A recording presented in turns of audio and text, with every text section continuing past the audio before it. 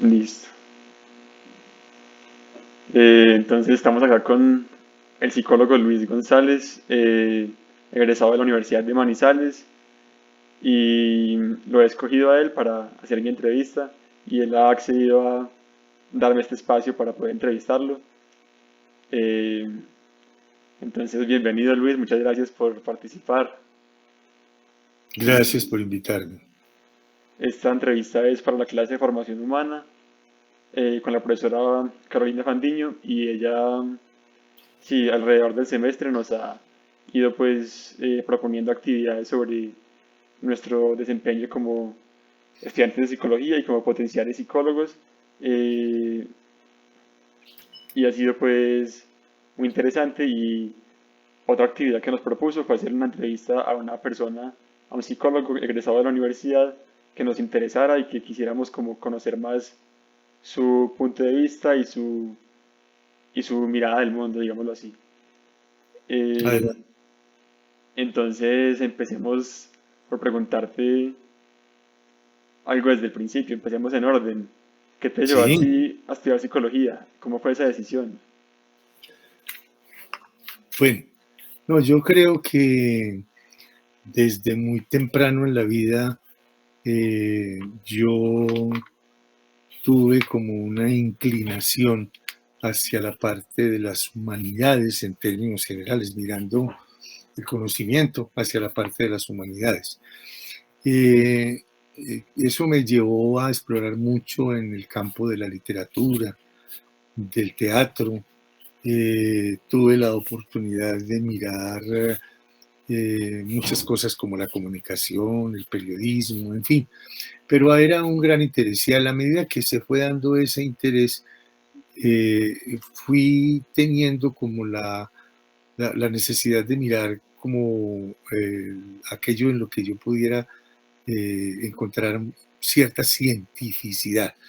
Si bien la literatura a mí me satisface, me gusta lo que leo, me gusta cuando escribo, yo quería como tener un campo en el que pudiera realizar algo como con la certeza de estar trabajando, si bien no algo científico en el sentido positivista del término, de que se pueda observar, ver, medir, cuantificar, sí algo que me diera una mirada del ser humano individual, del ser humano interactivo, del ser humano social, en términos de validez, que tuviera seriedad y rigor académico, que tuviera toda esa parte. Entonces encontré que la psicología me podía dar esa posibilidad. Y a eso creo yo que se le suma, pues, como una, un interior, una curiosidad interior de filósofo que también siempre he tenido, de preguntarme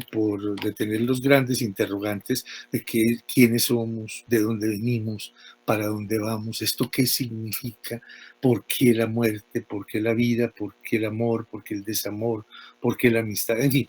Entonces, digamos, de una manera más concreta, como más aterrizada, como más propia, empecé a darme cuenta de que la psicología, si bien no me daba todas las respuestas, me podía dar más respuestas que la misma filosofía, inclusive que la misma literatura y que los estudios culturales.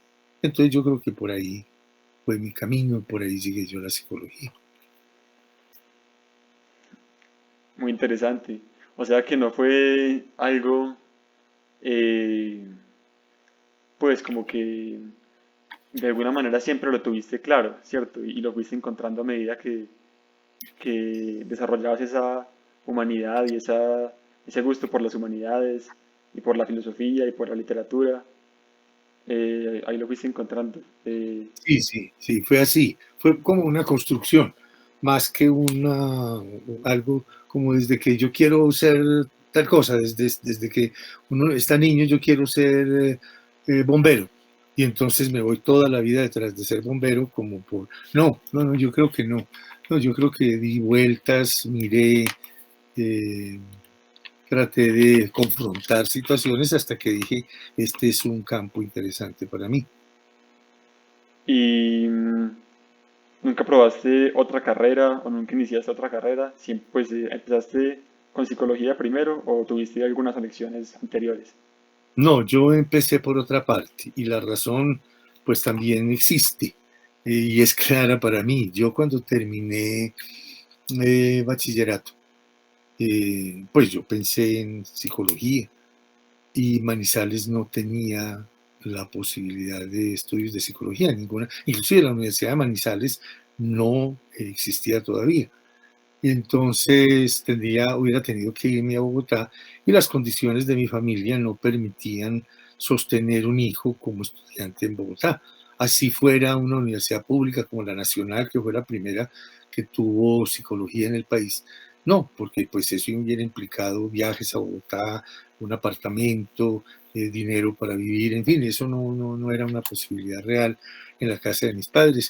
Entonces yo pues como que no tuve esa opción y a última hora como buscando tal vez esa parte científica, pero como más, yo diría que fue una decisión como muy súbita, como muy repentina, eh, me, me llamó la atención que los exámenes de las pruebas de admisión que se presentaban me vinieron de muy buen puntaje, tanto las de el ICFES en ese entonces, que son las pruebas Saber Hoy, y las de la Nacional, que a nosotros nos hacían presentar las pruebas de la Universidad Nacional, así no fuéramos a estudiar en la Nacional. Y yo tuve uno de los mejores puntajes de los bachilleres de ese año en Manizales para la Universidad Nacional. Y resulta que la Universidad Nacional no tenía sino arquitectura, ingeniería civil y administración de empresas. Yo miré la Universidad de Caldas y pues yo la medicina nunca me gustó, que hubiera podido ingresar por el puntaje que tenía. Y agronomía, veterinaria, derecho, no, nada de eso. Entonces dije yo, no, Universidad Nacional. Y de administración de empresas, arquitectura, ingeniería civil, escogí ingeniería civil. Y empecé a estudiar ingeniería civil y duré 2 semestres. A los 2 semestres yo dije, no, realmente yo no estoy haciendo nada aquí. Yo definitivamente no veo como el entusiasmo como por un laboratorio de química, por ir a hacer medición de terrenos, eh, como no. Entonces me retiré de la Universidad Nacional, me fui a Estados Unidos, yo tenía parientes cercanos allá, me estuve un tiempo y ya cuando regresé, entonces tuve la oportunidad de tener un trabajo interesante en turismo en Bogotá y tuve la experiencia de trabajar con turismo, con una agencia de viajes y eso me gustó mucho, me gustó trabajar con la gente, me gustó andar con la gente, me gustó promover viajes a distintas partes del mundo, en fin, estando yo muy peladito, muy joven. Y luego entonces aparece la Universidad de Manizales, se da la fundación y me entero y me doy cuenta que va a tener psicología y entonces yo dije, no, y vengo a Manizales, me inscribo y al mismo tiempo me encontré con unos profesores que habían sido docentes míos en bachillerato y les conté y dice, pues véngase de Bogotá, ese trabajo con turismo y véngase a trabajar con nosotros. Usted ha sido muy bueno para idiomas, quiere trabajar enseñando inglés y francés. Y yo dije, sí, claro. Y dice, bueno, entonces ahí tiene trabajo y póngase a estudiar psicología. Y me fui a trabajar al Liceo Arquidiocesano de Nuestra Señora como profesor de inglés y francés. Y al mismo tiempo empecé a estudiar psicología y por ahí se dio el camino. Por ahí se abrió el camino. Ah, entonces no fue un camino pues siempre planeado, sino que diste muchas vueltas. Sí, sí, sí, sí. Ha sido, yo diría que ha sido un poquito construido, pero me gusta que haya sido así. Sí, me parece que ha sido más enriquecedor, Claro. que ha habido pues como la oportunidad de elegir, he tenido la oportunidad de elegir y yo creo que me ha tocado luchar un poquito en lo que he querido conseguir y por lo tanto creo que lo he podido valorar. Claro. Mm, tenía una pregunta, pero se me olvidó que iba a preguntar. No importa, mírele, usted no tiene el derrotero, mire el derrotero ahí como está, eso no importa. No, pero es que tenía otra pregunta, Ah, que se sí, derivaba de esta primera. que se me ocurrió mientras estabas hablando. Pero igual tranquilo que yo voy a editar el video, entonces, Sí, sí, eh, no es problema. Además, entregarlo así, una grabación así, pues yo no sé, como yo soy tan amigo de lo natural, esta es una conversación, una entrevista, aún para entregar en institucionalmente, me parece muy bueno que sea así natural. sí es Ah, se me verdad. olvidó. Ah, no, espere, que yo me equivoqué ahí. Venga, no. Eso es como, así conversamos los seres humanos. Es que Y uno una se entrevista equivoca, ¿cierto? debe ser así. Uno se equivoca. Ah, sí. Lo que te quería preguntar era que ahora estaba pensando que en esa época la psicología, pues no sé muy bien cómo se habrá visto en esa época el hecho de estudiar psicología, ¿cierto? Porque eh, yo percibo que aún hoy en día eh, la percepción que hay sobre la psicología aquí en Colombia es muy diferente como a la idea que se tiene en el extranjero, por ejemplo, en Estados Unidos, hablando pues culturalmente. Dentro Sí. de la cultura se le da mucho valor, por ejemplo, a carreras como la que tú arrancaste y también yo, pues ingeniería civil, ¿cierto? Ingeniería mecánica Ujú. o, o medicina o derecho, ¿cierto? Sí, sí, sí. Eh, y como que basado en eso lo catalogan a uno de bueno y malo, ¿cierto? O pues como le otorgan a uno un nivel, Sí, un sí, sí. valor. Sí. Y lo que quería saber era cómo se veía, o pues cuál era la idea que había sobre la psicología en esa época. ¿Se conocía algo acerca de ella? Eh, ¿Era algo normal? ¿O pues que la gente pensara que no quiero estudiar psicología? ¿O era algo más bien un campo desconocido, un terreno que no se Bueno, sabía mucho? yo creo que las cosas eran diferentes. No voy a entrar a decir muy diferentes o poco diferentes, pero eran diferentes a lo que ocurre hoy. ¿Y cuál es la diferencia que yo veo? Hoy la oferta académica, la oferta de programas académicos que tienen todas las universidades, tanto las universidades de capital, de capitales como de provincia, como el caso nuestro, la oferta es muy amplia, es muy grande. O sea, en este momento yo creo que Manizales un estudiante termina bachillerato y tiene la opción de escoger, yo diría, en programas de pregrado, pues entre 30, más o menos, ¿sí?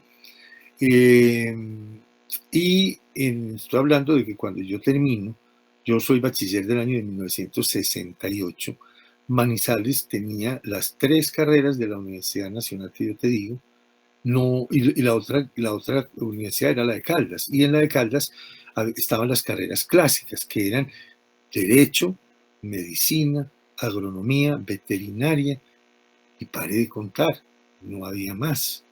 No había más. Es que es que no había más. Entonces, mira, eran las carreras clásicas, era la oferta, eso era lo que se podía hacer. Bogotá tenía una gama un poquito más amplia, pero de alguna manera tampoco era tan amplia como lo es hoy, ¿sí? Gente que quería estudiar física o química se tenía que ir del país, gente que quería estudiar sociología, usualmente se tenía que ir del país. Solamente, por ejemplo, Fals Borda vino como estudiante de una universidad de los Estados Unidos y creó la Facultad de Sociología de la Nacional y de otra universidad distrital en Bogotá. Camilo Torres Restrepo, que fue un cura luego guerrillero y etcétera, venía de Lovaina y también fue creador de facultades de sociología. Pero como le digo, la oferta era muy reducida. Entonces, veámoslo de esta manera. La comparación no permitía lo que permite hoy, o sea, de carreras de mayor o menor estatus, porque pues prácticamente todas tenían estatus, todas. Entonces, ¿qué pasaba con psicología? Psicología apenas comenzaba. La psicología comienza a finales de la década de los 60. O sea, cuando yo empecé a estudiar psicología, llevaba por ahí 4 o 5 años de funcionamiento la psicología en la Universidad Nacional, que fue donde se inició propiamente la psicología en Colombia. Entonces, como que no había claridad del asunto del estatus en principio, pero sí había un estereotipo, un estereotipo. Y es que los psicólogos que empezaron, o los estudiantes de psicología y los psicólogos, eran básicamente mochileros, pero no hablo de la mochila morral, sino de la mochila arahuaca. Sí, sí, sí. Era como casi una forma de hipismo. Entonces, los estudiantes de psicología eran de barba, eran de pelo largo, eran de mochila, eran de sandalias, y la mayoría fumaban marihuana. Entonces, ahí había una situación interesante. Era esa la diferencia. Entonces, no era que tenga mayor valor o menor valor. Inclusive yo creo que la gente en sí el valor, no sé si lo verían o no. No, yo no, a ver, no, el problema no era tanto de si valía o no valía, sino del rechazo que podía tener la gente hacia las profesiones de salud mental. Igual, el rechazo que podía haber era el mismo que se le daba a un psiquiatra, siendo que el psiquiatra podría aparentemente tener más estatus por ser una especialidad de la medicina. Y es que simplemente cuando eso, el que estudiaba psicología o el que estudiaba psiquiatría se le decía loquero. Dice, usted, entonces la gente se negaba a una consulta psicológica, se negaba a una consulta psiquiátrica, pues que yo no estoy loco. Sí, yo no estoy loco. Entonces, el concepto de que yo voy a una consulta, sea psiquiátrica o psicológica, porque yo quiero mejorar mi rendimiento personal, porque yo quiero tener una mayor seguridad en ciertos campos de la vida, porque yo tengo muy buen desempeño laboral, profesional, pero mi vida afectiva no trabaja muy bien, porque hay dificultades en las relaciones interpersonales, porque soy tímido, por eso no era muy bien visto, porque se pensaba que eso era que uno estaba loco. Entonces, digámoslo de esa manera, no creo que se diera mucho, es decir, las cosas no eran iguales a hoy. Bueno, sin embargo, yo quiero cerrar como la respuesta diciendo que definitivamente en Colombia y en el mundo ha habido una estratificación de artes, oficios y profesiones. Si usted se mira antropológicamente el pasado, el hechicero de una comunidad indígena aún avanzada, como los mayas, en la cultura mexicana precolombina, tenían, digamos, el que tenía el poder del bien y del mal, los sanadores, en fin, siempre tenían mayor poder que otros que cumplían, que inclusive los constructores, siendo que los constructores tuvieron una genialidad enorme para diseñar pirámides, como lo hicieron, por ejemplo, en México y en Guatemala, la cultura maya. Entonces siempre ha habido como esa jerarquización y eso no se acaba, eso no se acaba. Es un manejo de poder, pero yo diría que hoy se ha generalizado más la mirada de la gente positiva hacia trabajos o a profesiones como la psicología, inclusive como la antropología, como las fisioterapias, como una serie de carreras que antes no, la gente, ¿y eso para qué sirve? Yo recuerdo, por ejemplo, mi abuela decía, decía, ¿y por qué tiene que llevar un niño a un terapista del lenguaje? En mi tiempo eso no se necesitaba, o un psicólogo, eso no se necesitaba, o un terapeuta, eso no se necesitaba. Bueno, en fin, entonces eso va dando hacia así, pero, pero creo que hay cosas que han venido como aplanando la curva y mostrando realidades, o sea, uno conoce gente que tiene profesiones clásicas que todavía conservan muchísimo prestigio en condiciones socioeconómicas muy difíciles, pero muy difíciles. Inclusive desempeñando funciones. Yo conozco aquí en Manizales médicos que manejan un café internet, ¿sí? Entonces, y que viven de las monedas que deja una persona por una hora de alquiler un aparato de internet. Entonces, no sé, eso se ha venido aplanando.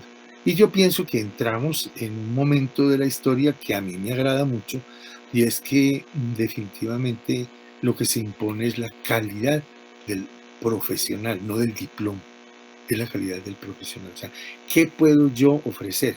¿Cuál es la calidad de mi servicio? ¿Cómo yo me estoy apropiando de unos conocimientos, pero yo los transformo con mi reflexión, con mi pensamiento, con mi experiencia existencial, vital, y le ofrezco algo a otra persona. Cuando yo con eso le dije siempre a mis estudiantes, no se les olvide que los diplomas de psicología no trabajan.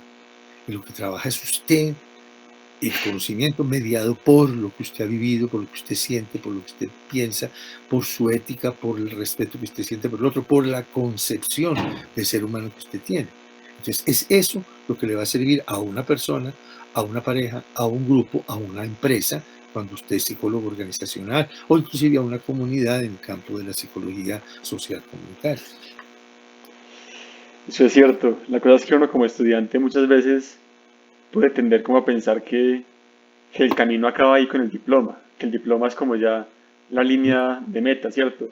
Sí. Cuando en verdad es apenas el comienzo, ¿cierto? Es apenas como decir el pase para manejar por la vida.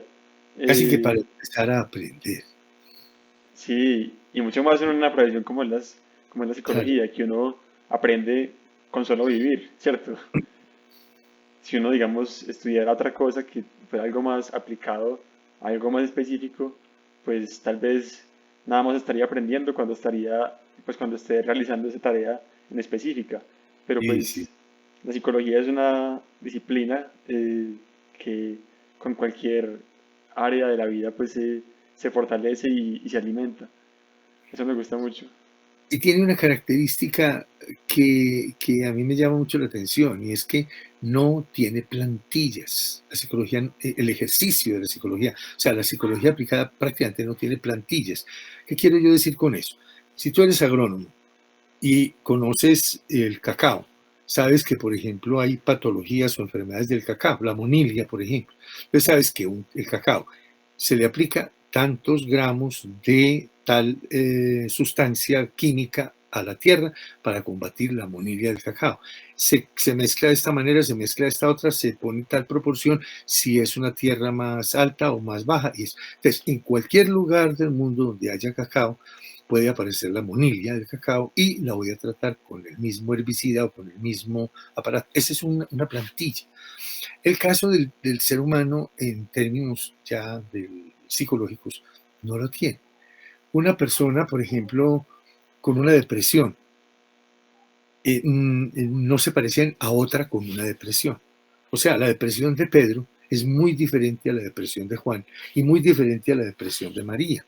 Y esa depresión es única. Por lo tanto, el psicólogo al frente de Pedro deprimido tiene que crear, tiene que hacer uso del conocimiento, de un conocimiento que básicamente lo tiene que manejar en términos de formación, más que de datos, de formación, inclusive de haber construido una imagen de ser humano, una ontología, cuál es el sentido que para mí tienen los seres humanos. Y lo abordo desde la perspectiva del sentido que surgió de mi formación y de los distintos sistemas psicológicos que yo estudié y de aquel en el cual que yo escogí para mirar cómo trabajar. Pero en el fondo, mi encuadre, mi intervención frente a Pedro es algo que se construye entre Pedro y yo. Cuando salgo de trabajar con Pedro y me pongo a trabajar con María, por más que sea una depresión, es digamos, la construcción no está ni en Pedro ni está en María, está en el medio de Pedro, perdón, no está ni en María ni en mí, no está en Pedro ni en mí, está en el medio. O sea, lo que facilita transformaciones, cambios, construcciones de sentido es la relación que yo establezco. No es Pedro, no soy yo, es la relación.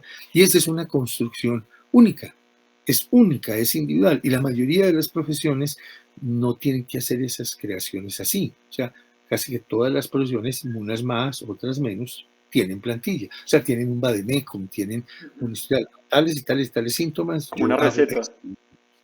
¿Sí? como una receta, ¿cierto?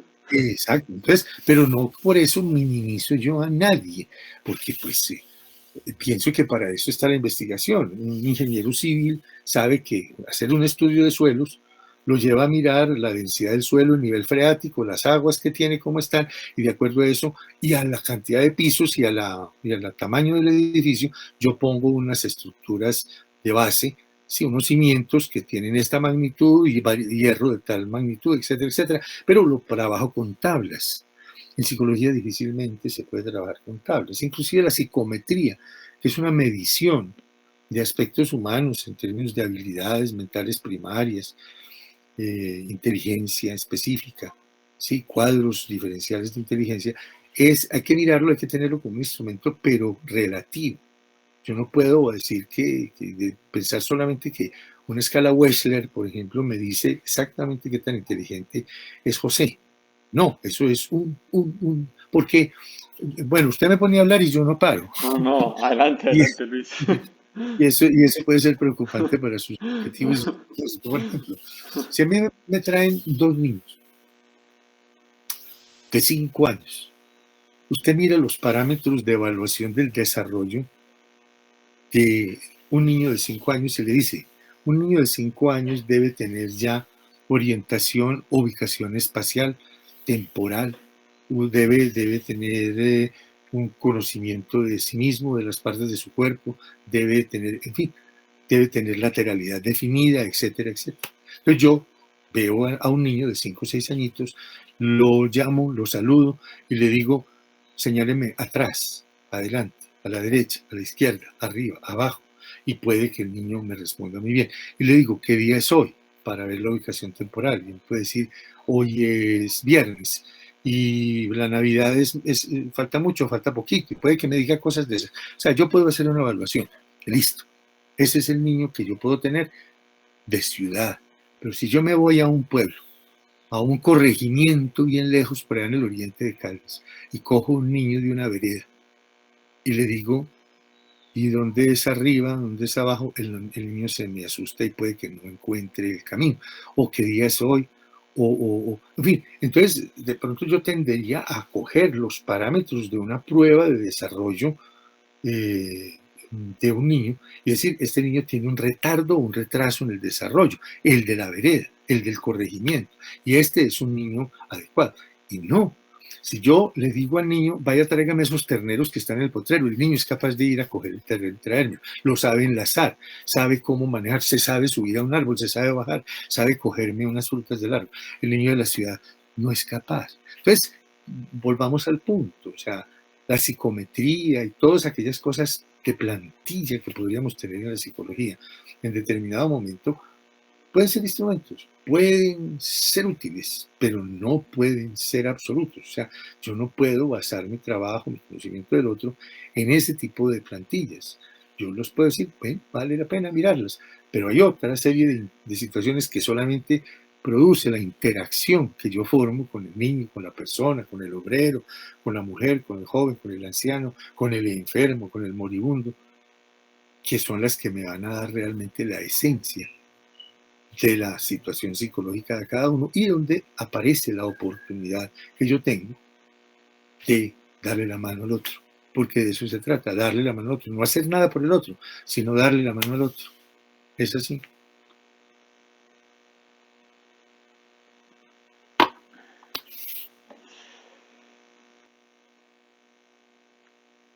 También te quería preguntar ahora que hablabas de los sistemas psicológicos y de cómo dentro pues del desarrollo de uno como estudiante en la universidad, uno va encontrando pues como su orientación y la forma de abordar su psicología. ¿Cómo fue eso para ti? Pues ¿tenías ya algún conocimiento previo sobre los sistemas o cómo fue ese encontramiento con tu enfoque? Bueno, no, yo creo que no, yo no tenía claro, no, yo iba a encontrarme una psicología a la que le quería encontrar rigor académico, en fin, pero empiezo a darme cuenta de el multiperspectivismo.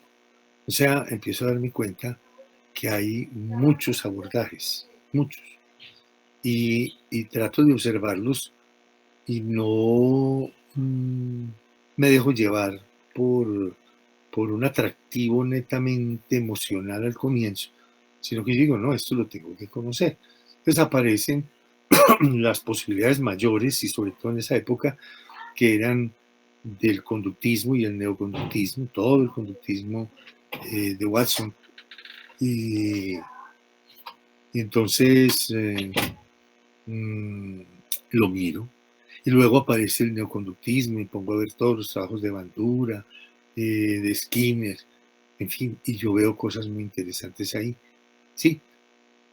Más tarde conocí el postneoconductismo y todos los aportes de la psicología cognitiva, pero al menos en principio eso, y yo le veía cosas valiosas. Sin embargo, yo sabía que como que no había una completud en el abordaje de la problemática humana. A mí me fascinó la lectura de Freud, del psicoanálisis. Me parecía fantástico, me parece que es una mente prodigiosa la de Freud, que logra como decir tantas cosas frente al ser humano y descubrir las profundidades del inconsciente, los sueños, los actos fallidos, los lapsus, inclusive mirarlo como ese ser como manejado por una energía psicosexual, las fases del desarrollo psicosexual, la etapa oral, todo eso, fálica, la adolescencia, en fin, todo eso me parecía fascinante y había mucho que leer y yo realmente fui o he sido siempre muy buen lector y me pareció interesante. Sin embargo, yo seguía pensando que bueno, tuve la oportunidad de conocer, porque en el momento en que yo estudiaba eran básicamente esos los dos sistemas psicológicos que se trabajaban en Colombia. Básicamente era en Colombia esos dos sistemas y con mayor razón en la Universidad de Manizales, por cuanto los profesores que tuvimos inicialmente eran personas que habían estudiado en la Universidad Nacional básicamente. A lo último empezaron a llegar algunos egresados de la Universidad Javeriana como profesores, porque la Javeriana también era muy joven, o sea, era cuando nosotros empezamos con la carrera en Manizales, ellos no habían terminado su primera promoción. Bueno, entonces, ese fue el inicio. Pero resulta que hubo opciones de biblioteca y en mis idas a Bogotá yo siempre he visitado librerías, pero particularmente me gusta mucho por el lado del Museo de Oro hacia abajo, por la Jiménez. Hay una cantidad hay varias manzanas, inclusive de puestos de libros viejos. Yo no sé si tú los conoces. No muy bien, Eso, pues no me ubico muy bien en bueno, Bogotá, pero se consigue lo que quieras en esos libros. Entonces yo cada que iba a Bogotá por cualquier razón, yo iba me pasaba todo un día de kiosco en kiosco mirando libros viejos. Uno encontraba, por ejemplo, el precio de hoy, uno mira un libro que vale, por decir algo, 70.000 pesos. Y yo encontraba libros usados, ese mismo libro de 70.000 pesos en una librería, lo encontraba en 25, 20. En fin, claro. pero aparte de estar buscando una economía, yo encontraba libros que yo no conocía, que yo no había visto. Y yo le preguntaba al negociante, al librero, pues, decía, venga, ¿qué tiene este de psicología? Esto. Me sacaban muchas cosas, inclusive de adivinación, de tarot, me sacaban de manejo de la bola de cristal, de muchas cosas. Y entonces, en cierto momento me llega es que ojalá lo tuviera por aquí. Lo que pasa es que yo esos libritos se los he ido regalando a mi hija, que mi hija es psicóloga. Sí, Bueno, ojalá lo tuviera por aquí. Eh, Me encontré con el libro Counseling and Psychotherapy en inglés de Carl Rogers. Yo siempre he amado los idiomas, yo he sido un fanático de los idiomas, todo. El inglés me gusta, en toda la vida me gustó. Y además, pues yo el inglés luego lo pulí mucho porque yo hice mis estudios de posgrado en Estados Unidos, en la Universidad de Ohio y en la Universidad de Pittsburgh. Bueno, pero entonces, pero cuando estoy hablando de muy atrás, recién empezaba yo como psicólogo, me encontré con el libro de Counseling and Psychotherapy, Consejería y Psicoterapia de Carl Rogers. Y luego me puse a preguntar sobre, antes me puse a mirarlo y me pareció fascinante. Entonces lo compré. Un libro que me costó, yo creo que en ese momento, Estoy hablando del año 76, 77. Yo creo que ese libro lo conseguí por ahí por 4.000 pesos, no sé, así. Y entonces, como lo miré y lo vi, me puse, cada que tuve la oportunidad, iba y buscaba. Entonces luego me llegó el proceso de convertirse en persona, un becoming a person, el Personal Center Psicoterapia, y me fui haciendo la mayoría de los libros de Carl Rogers. Y con eso descubrí yo el camino de la psicología humanista, existencial. De una manera similar cayó a mis manos El hombre en busca de sentido de Víctor Frankl. Y yo dije, no, es que el camino es este. Si bien no es la psicología, no es una psicología completa, pues como decir, aquí llegó, esta fue la solución de todo. No, si bien no fue así, yo encontraba un abordaje al ser humano para mí más completo. Un abordaje que, si bien reconocía el aprendizaje por condicionamiento y reconocía cómo la cultura hace un impacto en nosotros y queda en niveles que no son conscientes permanentemente, o sea, que le da la razón, el valor, la posibilidad al inconsciente, al consciente, inclusive a las áreas del preconsciente, toma la dimensión del ser humano a partir de la libertad. Y eso me encajó con las lecturas de bachillerato que yo tuve sobre el existencialismo. Yo fui un lector del existencialismo en bachillerato. Yo me leí a Albert Camus, me leí a Soren Kierkegaard, a Martin Heidegger, a Sartre. Y entonces yo tenía esa mirada del existencialismo y vengo y la encuentro, es decir, me encuentro una enorme influencia del existencialismo en el trabajo de Carl Rogers y mucho más en el trabajo de Víctor Frank. Y yo me fui metiendo a un punto en que fui descubriendo la psicología humanista. Tanto que más tarde, como profesor, yo organicé los primeros cursos de psicología humanista en la Universidad de Manizales, allá en la Facultad de Psicología, cuando eso era la Facultad de Psicología, lo que es hoy el programa. Sí. Entonces, eso fue. Los sistemas eran, como digo, los primeros años y los años de formación eran básicamente dos: el psicoanálisis y el conductismo, así se manejaba. Hoy uno puede hablar de un sistema cognitivo-conductual, psicodinámico, psicoanalítico, en fin, y hablar de un sistema humanista existencial, en fin. Pero cuando eso era psicoanálisis y conductismo. Bueno, lo que sí me pareció muy interesante al estar en contacto con los sistemas psicológicos era el saber que ser psicólogo significa mucha seriedad en términos del conocimiento de lo ontológico y lo epistemológico. Y eso me hizo buscar y buscar caminos, a tal punto de que yo digo, el trabajo que nosotros desarrollemos tanto en investigación como en lo que podemos expresar por escrito y la actividad que realicemos en una psicología aplicada debe tener un soporte que le dé validez. Y ese soporte parte para mí fundamentalmente de tener clara la postura ontológica desde la cual yo abordo el problema o la persona o el problema de la persona, es decir, el objeto de trabajo psicológico. Para mí tiene que tener claro que yo no puedo empezar a trabajar sin saber qué es lo que yo tengo al frente. O sea, para mí, ¿qué es un ser humano? No es una definición de diccionario. Yo tengo que tener claro cuál es la postura que yo tengo frente al ser humano. ¿Qué es para mí un ser humano? ¿Es simplemente un cuerpo de huesos y músculos y esto, glándulas de secreción endocrina o sistema nervioso? ¿O es un producto de puros condicionamientos sociales y culturales? ¿O es una cultura que se le metió a su mente y es un determinado por el inconsciente, por la cultura a través del inconsciente? ¿O es, y entonces ahí es donde aparece la construcción ontológica que yo empiezo a armar desde la psicología humanista, y es un ser que construye su vida como sentido y significado? ¿Y cómo? En interacción social.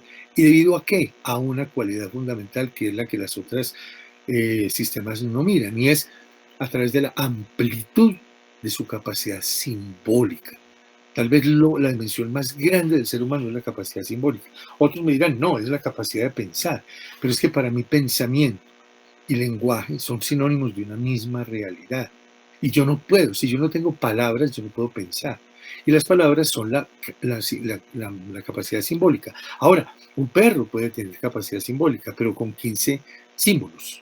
Un delfín, que es de los animales que más capacidad simbólica pueden tener por lo menos 30 y tantos. Hay 30 y tantos sonidos diferentes que un delfín interpreta, sabe, conoce y sabe qué sentido tiene.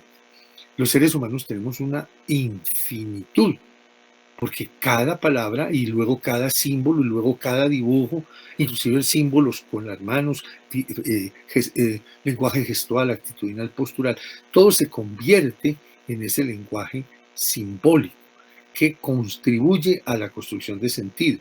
Y es lo que me lleva a mí a mirar desde la psicología humanista ese ser humano constructor de sentido y significado, porque en el fondo para mí el ser humano no es otra cosa que el sentido que yo le quiero dar al ser humano. O sea, yo soy lo que yo creo que yo soy, en términos de sentido y de significado, asumiendo como parte fundamental de eso que soy responsable de mi vida. Yo no puedo estar echando la culpa ni al Estado, ni a la cultura, ni a la iglesia, ni a la familia. Yo soy responsable y tengo una autonomía y tengo una gran libertad, entendiendo como libertad no el hecho de que usted pueda hacer todo lo que quiera, porque la libertad se limita inclusive con el cuerpo. Si yo quiero volar, no tengo libertad para volar porque mi cuerpo no es aerodinámico y no tengo alas. Pero yo sí tengo la libertad de darle sentido a mi vida, a ser hombre, a ser mujer, a ser viejo, a ser joven, a ser psicólogo, a tener hijos, a no tenerlos, a ser gay, a ser prostituta, a ser mecánico, a ser colombiano o a ser japonés. Solo yo le puedo dar sentido. Y en el fondo eso es lo que es. Lo demás es como una cosa que es accidental, o sea, es el sentido. Entonces, esa parte eh, ontológica y epistemológica me parece a mí que es la mayor formación que se tiene cuando se estudian los sistemas psicológicos. De tal manera de que yo diga, yo soy, yo me ubico dentro de un sistema psicodinámico, psicoanalítico, por esto y esto, porque creo que la visión que tiene el ser humano es esta, porque lo que le da validez y confiabilidad a mi trabajo y a mis teorías es esto. Y que yo sepa los fundamentos mediante los cuales yo acojo un sistema o rechazo un sistema. Pero es que yo no creo en el conductismo porque eso es una tontería. No, eso no es ninguna tontería. Yo no creo en la psicología humanista porque eso es no. ¿Por qué creo o por qué no en la psicología humanista o en la psicología cognitiva o en Piaget o en... Sí, entonces es esa la seriedad que a mí me parece que se le tiene que dar y es el aporte fundamental de los sistemas psicológicos.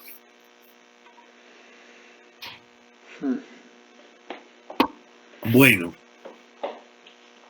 Eh, una pregunta ahí que es un poquito es la de la entrevista, sino que muchas veces a uno le mencionan palabras y uno sigue pues como por la vida sin preguntarse esa palabra qué significa. Y uh-huh. yo he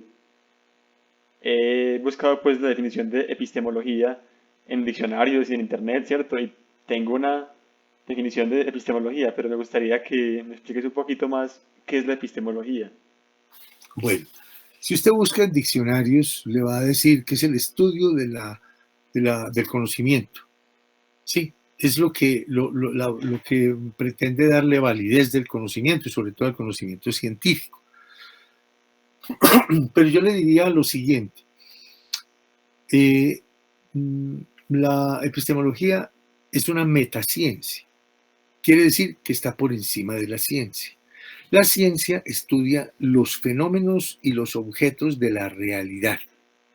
Y la epistemología está por encima mirando esa ciencia. O sea, la epistemología nunca le va a estudiar a usted ni los objetos ni los fenómenos de la realidad. O sea, la epistemología nunca estudia ni el agua, ni los minerales, ni la electricidad, tampoco al ser humano como tal. La epistemología no lo estudia. La epistemología estudia cómo una ciencia llamada anatomía conoce la composición del ser humano. Una ciencia llamada fisiología conoce cómo es el funcionamiento del organismo del ser humano. Una ciencia llamada química conoce cómo es que está constituida la materia. O una ciencia que, como es la psicología, cómo es que construye el conocimiento y cómo interpreta el psiquismo del ser humano, esa capacidad que tiene el ser humano de construirse, de darle sentido a su propia existencia. Entonces, es algo que está por encima y valida lo que usted hace o la teoría que usted trabaja. Entonces, pero como en el campo de las ciencias sociales no hay unidad, no hay unidad. Entonces, la epistemología tampoco tiene unidad. Entonces, usted epistemológicamente encuentra el materialismo histórico dialéctico como una postura epistemológica, el positivismo, el empirismo, el racionalismo, el idealismo, la fenomenología, ¿sí? Sí, son todas epistemologías, formas de epistemología. Yo diría, es una carpa que tiene compartimentos, yo hago mi teoría y la trato de validar dentro de una postura epistemológica que me convenga. Por ejemplo, el conductismo se valida en las posibilidades positivistas y más adelante, cuando aparece el neoconductismo y lo cognitivo conductual, se valida en posturas epistemológicas que son, digamos, positivismo lógico, en el positivismo lógico. Ahí se valida el conductismo. Mientras que el psicoanálisis se ha validado unas veces como en el campo, una de las mayores posibilidades de validez fue en el materialismo histórico y dialéctico, que explica que el conocimiento es válido si se entiende como algo material, si es producto de la evolución, si es, y si maneja los contrarios. Por eso la parte de materialismo histórico y dialéctico. Bueno, eso sería pues un objeto de toda una tarde de clase en eso. Entonces, la epistemología es eso, es una búsqueda de darle validez y confiabilidad a lo que los seres humanos conocemos. Alguien decía, y a mí me gustaba mucho cuando lo decía, la epistemología es aquella rama de la filosofía o es aquella metaciencia que estudia cómo es que nosotros los seres humanos conocemos lo que decimos conocer, cómo es que le damos valor, sobre todo buscando la cientificidad dentro de las distintas escalas de conocimiento que existen. Esa es más o menos la posibilidad de explicar muy brevemente la epistemología. Gracias, Luis. Eh, Ahorita mencionabas que estuviste haciendo un posgrado en Estados Unidos, ¿cierto? Sí, Y, ¿Y cómo fue ese cuento? Pues, ¿en qué momento llegaste a Estados Unidos? ¿Por qué Estados Unidos? a ver, En qué fue el yo posgrado? creo que, sí, yo creo que, pues, de alguna manera era una época en la que estaba haciendo falta mayor formación de los profesores. Casi nadie tenía un posgrado de nada, ni especializaciones, ni maestrías, ni doctorados. Y a la universidad donde yo trabajaba llegó una convocatoria de la Fulbright. Esa es una agencia del Congreso de los Estados Unidos para dar becas a personas pues, que tengan muy buena hoja de vida, que tengan un buen promedio de notas, de calificaciones de pregrado y que presenten un examen de TOEFL con un porcentaje muy amplio de conocimiento de manejo de inglés. Cuando llegó, me llama el rector de la Universidad de Manizales y me dice, oíste Luis, aquí llegó esto, ¿qué hacemos con esto? Y le dije, pues tratemos de aprovecharlo.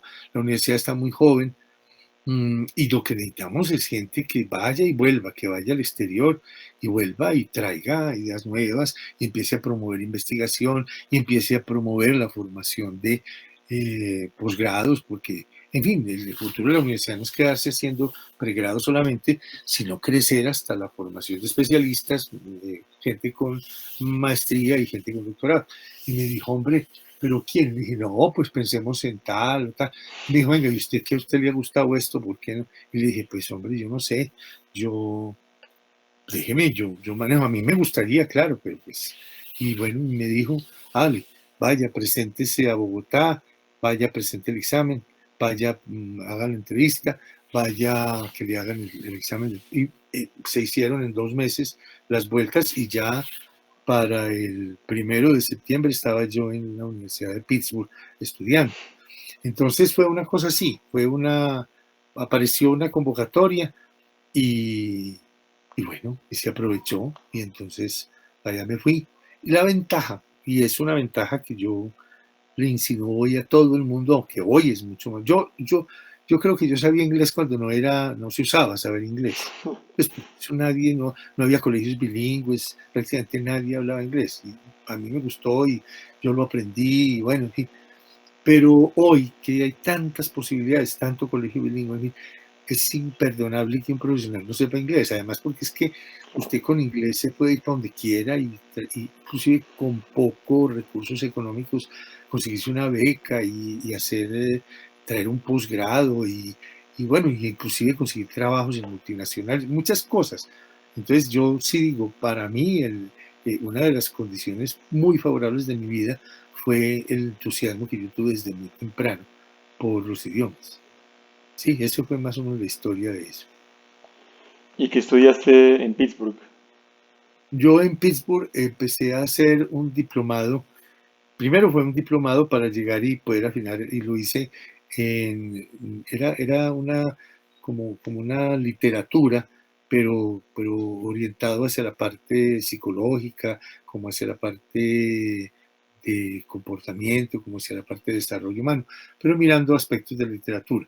Y luego ya pasé, hice mi maestría en la Universidad de Ohio y tomé la maestría en comunicación humana. ¿Por qué en comunicación humana? Porque allí yo me puse a mirar a hacer una maestría en psicología clínica y la psicología en Estados Unidos es conductismo 100%. O sea, todos los programas de psicología en Estados Unidos son, y yo ya estaba muy definido, y yo dije, no, por aquí no. En cambio, por el lado En de ese la momento, pues en ese comunicación, momento yo era encontraba así. muchos factores de la fenomenología husserliana, yo encontraba muchos factores que me acercaban más a la visión de psicología humanista que yo tenía. Sí, pero cuando dices que en Estados Unidos era más del corte conductista, ¿era en ese momento? ¿O todavía sigue No, siendo hoy también. hoy también? Psicología es conductismo. Si usted quiere Entiendo. estudiar psicoanálisis, usted no busca una maestría ni un doctorado en psicología, sino una maestría o un doctorado en psicoanálisis. Y por el lado de la psicología humanista existencial, han aparecido maestrías, inclusive yo luego tuve la oportunidad de visitar como decano, que era allí en la Universidad de Manizales, tuve la oportunidad de visitar un programa de maestría y de doctorado que hicieron en la Carnegie Mellon, Ah, en la Universidad Carnegie Mellon de Pittsburgh. Ahí estoy hablando con el director del programa. Estuve a punto de hacer un convenio con esa universidad, con la Carnegie Mellon, y la Universidad de Manizales, pero hubo algunas dificultades económicas en ese momento que no le permitieron a la Universidad de Manizales asumirlo y ah, se perdió, se perdió.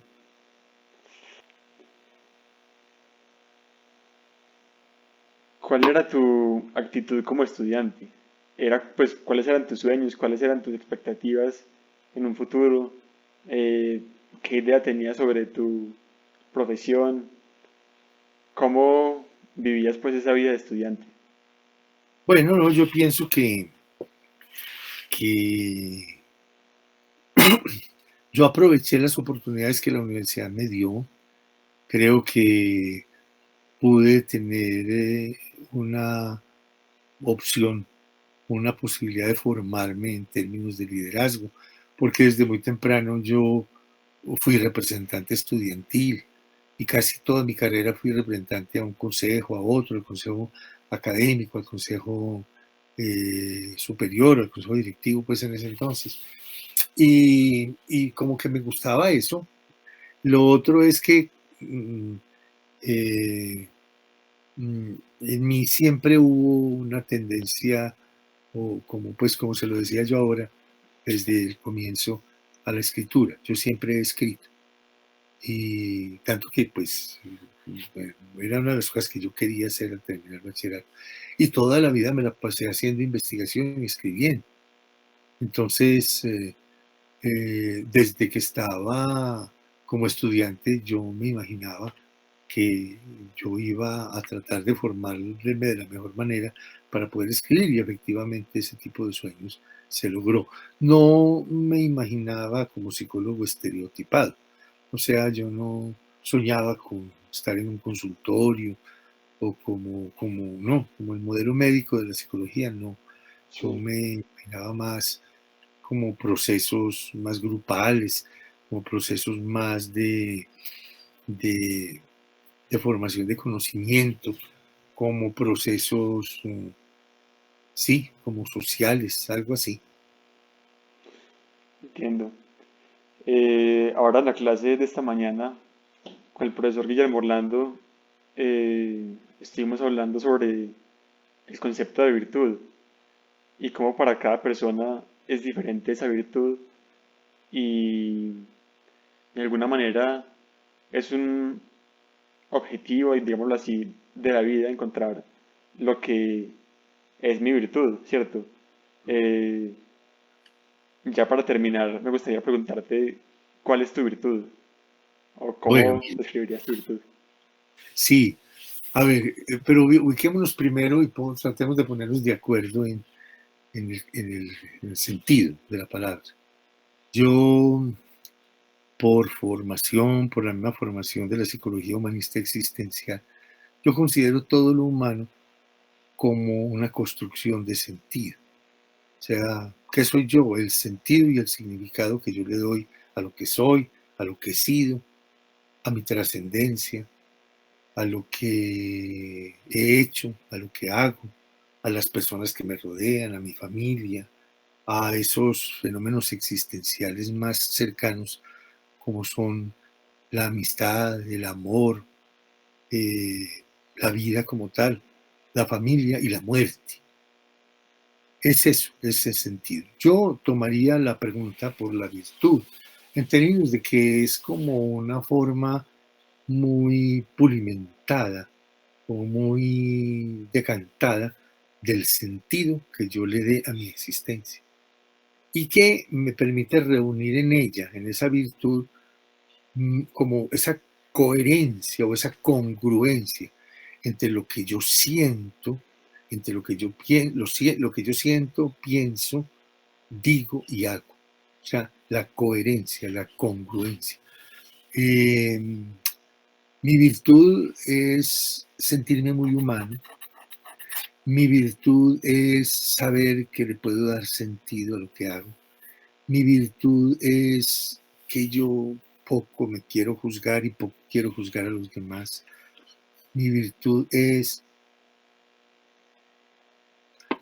como, mmm, no hablo de resignación, sino de aceptación.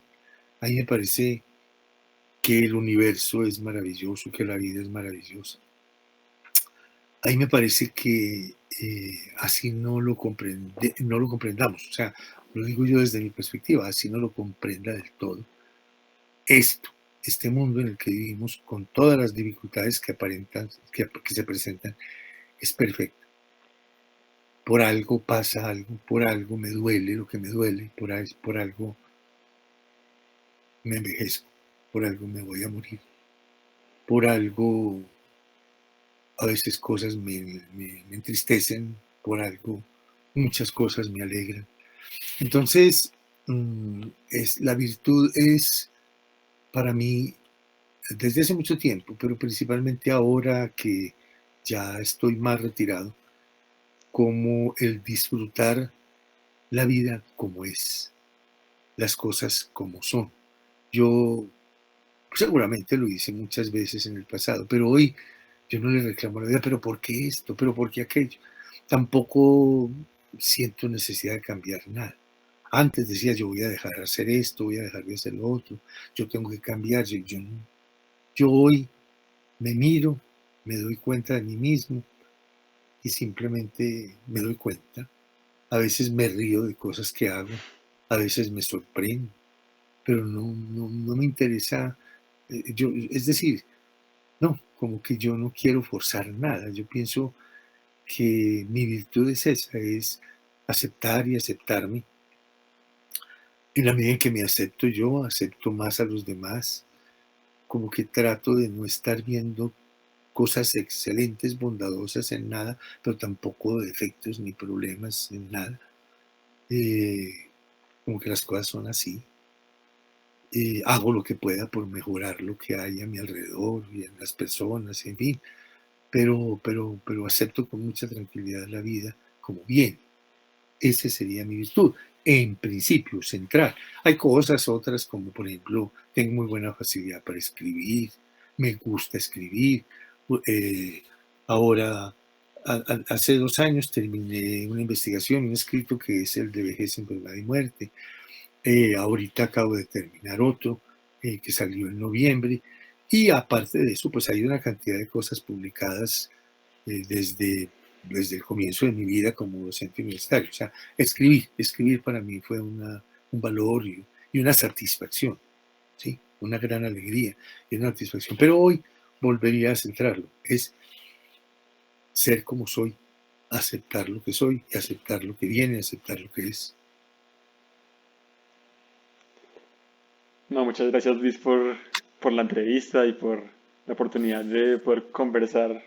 Diría yo que es más una conversación que una Bueno, entrevista. Manuel, con mucho gusto, con todo Y cariño. muchas gracias sí, por haberme dado esta oportunidad de conversar contigo. La verdad, fuera de la actividad, también lo quería hacer hace ya un tiempo, desde la última vez que hablamos por Sí, sí, sí. teléfono, eh, sino que por alguna razón no había tenido como la valentía para llamarte y ahora que surgió esta excusa Ujú. de la universidad, pues aproveché para...